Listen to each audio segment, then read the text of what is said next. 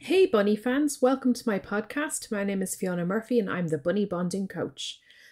I have bonded over 200 sets of bunnies in the last 9 years in Dublin. I'm Ireland's only professional bunny bonder, and I also help people virtually to bond their rabbits no matter where they are in the world.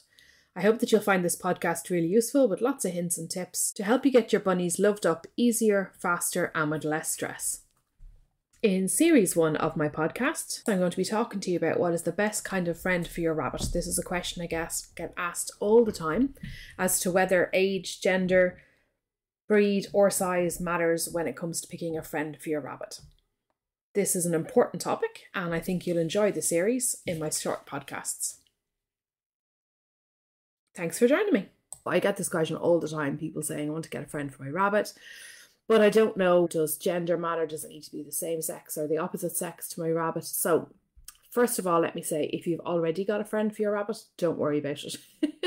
These are just kind of the ideal scenarios in some bonds. So as you know, every rabbit is different, every bond is different. This is just general kind of advice. If you have the choice about what kind of friend, this is my general advice of how to go about that and which would be a good choice for your rabbit. In theory, but they're all different, and this is just my experience of what has worked well for people in the past. But if you already have a rabbit, don't panic. Don't turn around and go, oh my gosh, my rabbit is the same sex or my rabbit is a different size. Don't worry about it. It is what it is. If you've already selected your rabbit and you love them already, I'm sure, and you'll make it work. So don't worry about it. It's just that in an ideal scenario, sometimes this can be an easier bond if the rabbits are more compatible from these points of view, and these are just guidelines. Okay, so first of all, does sex matter? So I get asked this an awful lot. So in theory, no. You'll see a lot of people saying it doesn't really matter once they're neutered, but in my experience, for people who are new to bonding, an opposite sex bond is easiest. And the reason that is because males and females tend to display different kind of behaviours when they're bonding. And in my experience, mostly the girls are dominant and they really care about being the boss and making sure that the guy knows that she's the boss. Whereas the guys, sometimes they're dominant, occasionally it happens, but I would say in 90% of the bonds that I've done that are male-female, the female comes out on top. And the males tend to kind of go, am I being fed? Am I being groomed? Am I being cuddled? Yeah, I don't really care that much then. So that's kind of how I have found it. I find that males tend to be quite laid back once they're neutered. So in a male-female pair, they kind of naturally have opposite personalities. And in order for a bond to work, you actually need them to be opposite. You need not necessarily opposite personalities, but opposite in the hierarchy. So you need one rabbit to be dominant and for the other rabbit to give in to that and to be submissive in order for it to actually work. And male and female bonds tend to quite often fall naturally into that sort of category where the females tend to be dominant and the males tend to be more submissive. So of course, like everything, it's not always the case, but in general, that's what I found. So I think if you're new to bonding, I think that can make an easier kind of a bond for you. Like, they can all be difficult, of course, or they can fall in love straight away, but generally speaking, they tend to fall into that camp and it tends to be smoother because of that.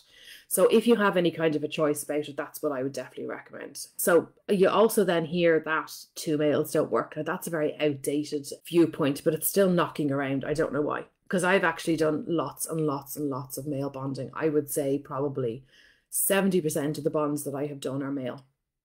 And a lot of them are actually rebonds because males tend to fall out before they actually are old enough to be neutered. And therefore, two males should never be sold as babies together by a breeder or a pet shop, as far as I'm concerned, because the chance of them falling out and hurting each other before you can neuter them tends to be really high. And pet shops don't always warn you about that, and people don't always know that their rabbits actually need neutering, because if they did know that, they could get them booked in as soon as they got their rabbits, and they might be able to avoid that. But a lot of places tell them, oh, it's fine, they're the same sex, you don't need to neuter them.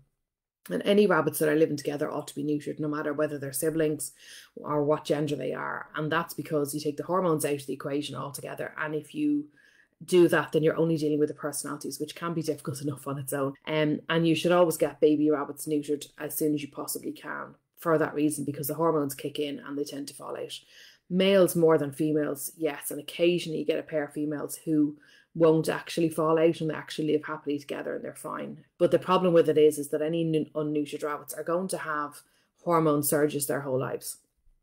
And so as a result of that, what happens is they're going to fall out. Even if they're fine, even if they bond fine at the beginning, or if they've lived together at the beginning, what happens is they have a hormone surge and they just can fall out of the blue one day, and they can really, really hurt each other. So it's best to get them neutered as soon as possible. So two males, in my opinion, they're an easy enough bond. They're the next easiest after male and female. I've done lots of them, and I don't worry at all when people say I've got two boys, and I go, yeah, that's grand, no problem. Two females, in my opinion, tend to be the hardest. And I think that's because of what I was saying to you earlier on about them being dominant, where quite often they both want to be dominant. But sometimes what happens is you get two dominant rabbits and they're fighting at the start of the bonding because they both want to be boss. But normally what I find with given enough time is that one of them actually submits and gives in.